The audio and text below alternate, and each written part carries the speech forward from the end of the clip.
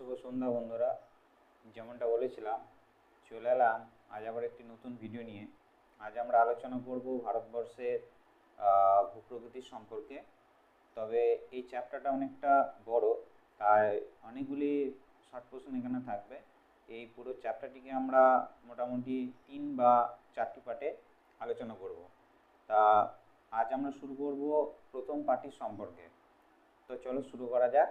এই প্রথম পার্টে থাকবে মোটামুটি 52টা প্রশ্নের উত্তর। চলো শুরু করি। ভারতের ভূপ্রকৃতি। প্রথম প্রশ্ন, ভারতের জনগণনা কমিশন প্রদত্ত 1951 সালে পরিসংখ্যান অনুযায়ী ভারতে ভূমিরূপের ক্ষেত্রমানের শতাংশ ভিত্তিক বণ্টনটি কী? অর্থাৎ ভারতে ভূমিরূপের কোন ভূমিরূপ কত শতাংশ রয়েছে সেটা জানতে চেয়েছে। তো দেখে নিই। চলো প্রথম প্রশ্নের উত্তরটি। ভারতে পার্বত্য অঞ্চল রয়েছে 10.7%, পাহাড়ি অঞ্চল রয়েছে 18.6%, মালভূমি অঞ্চল রয়েছে 27.7% এবং সব থেকে বেশি অর্থাৎ মেজর পোর্শন যেটা সেটা হচ্ছে সমভূমি দখল করে রয়েছে 43%। দ্বিতীয় প্রশ্ন, কত খ্রিস্টাব্দে কোন ভৌগোলিক সমগ্র ভারতবর্ষকে 7টি ভূপ্রাকৃতিক অঞ্চলে বিভক্ত করেছেন? উত্তরটি হবে 1965 সালে অধ্যাপক এস.পি. চ্যাটার্জি মহাশয়। তৃতীয় প্রশ্ন, ভারতের 7টি ভূপ্রাকৃতিক অঞ্চলের নাম কি? 1. উত্তরের পার্বত্য অঞ্চল, 2. উত্তরের সমভূমি অঞ্চল, 3. মধ্য ভারতের উচ্চভূমি, 4. উপদ্বীপীয় মালভূমি, 5. পশ্চিম উপকূল সমভূমি, 6. পূর্ব উপকূল সমভূমি এবং 7. দ্বীপপুঞ্জ।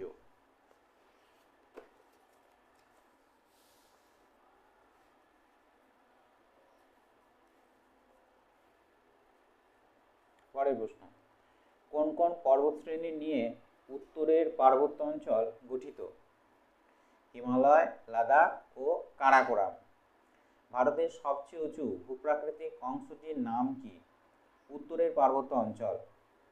উত্তরের পার্বত্য অঞ্চলের সর্বোচ্চ শৃঙ্গের নাম কি?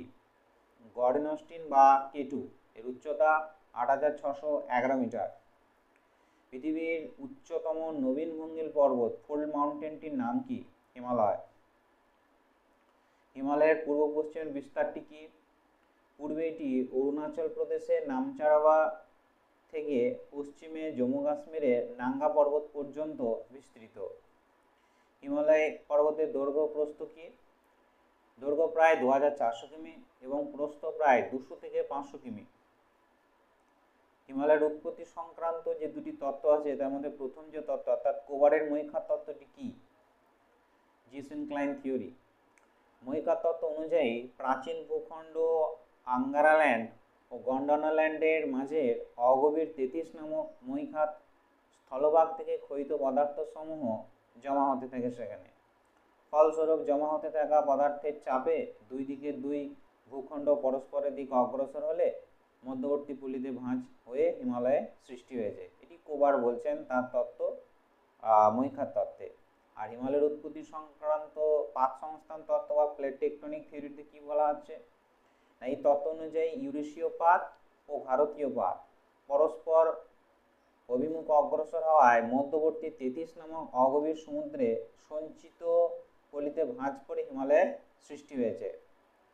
পেপসু এর পুরো নাম কি? Patiala and east Punjab states union. এটি ছিল একটি প্রাক্তন ভারতীয় রাজ্য যা 15 জুলাই 1948 সালে গঠিত হয়েছিল এবং এতে পাটিয়ালা সহ পূর্ব পাঞ্জাবের বেশ কয়েকটি দেশীয় রাজ্য একত্রিত হয়েছিল। পরে 1956 সালে স্টেটস রিঅর্গানাইজেশন অ্যাক্টের মাধ্যমে পাঞ্জাবের সঙ্গে এটি মিশে যায়। দেখে নেব আমরা পরের প্রশ্ন।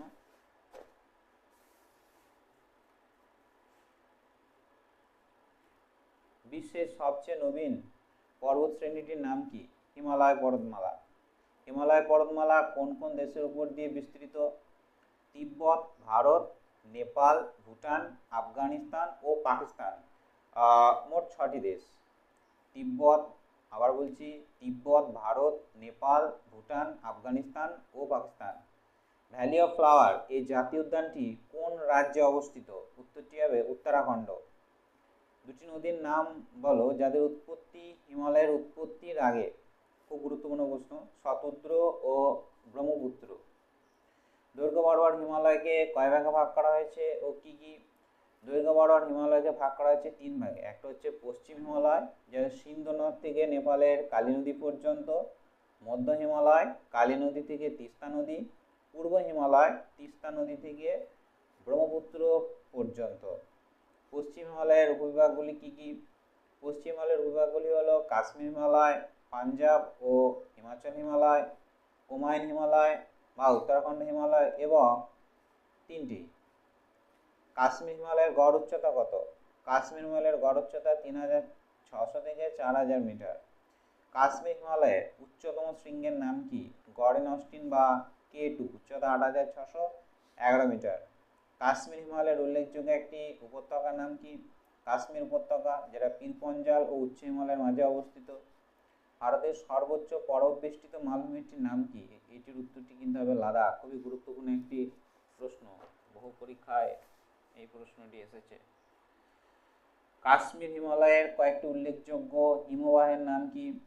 সিয়াচেন, এটি ভারতের বৃহত্তম হিমবাহ। এছাড়া রয়েছে ফেডাচেঙ্কা এবং বাল্টারো। কাশ্মীর হিমালয়ের কয়েকটি উল্লেখযোগ্য হ্রদের নাম কি?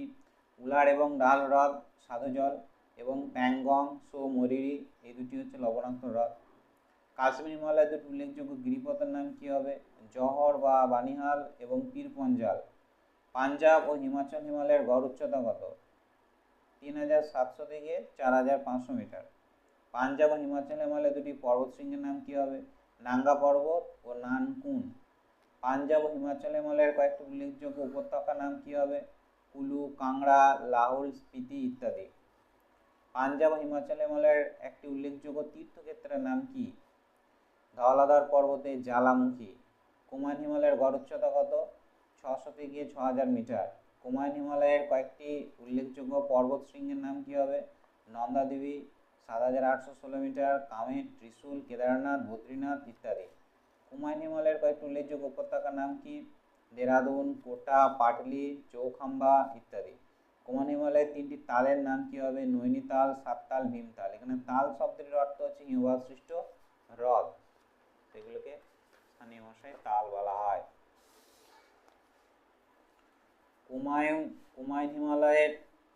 কুমায়ুন হিমালয় বা উত্তরাখণ্ড হিমালয়ের প্রধান দুটি হিমবাহের নাম কি হবে? গঙ্গোত্রী ও যমুনোত্রী।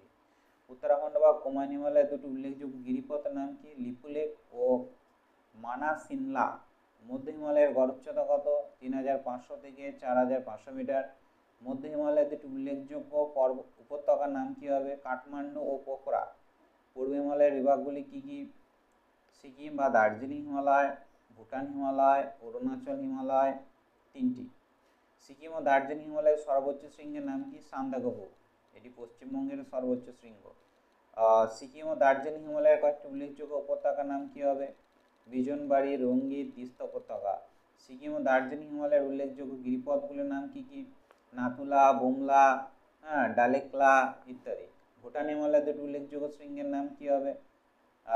লিংশিলা এবং কুলাকাংরি। ভুটান হিমালয়ের একটি উল্লেখযোগ্য পর্বতশ্রেণীর নাম, উত্তরটি হবে মাসাংকিংডু।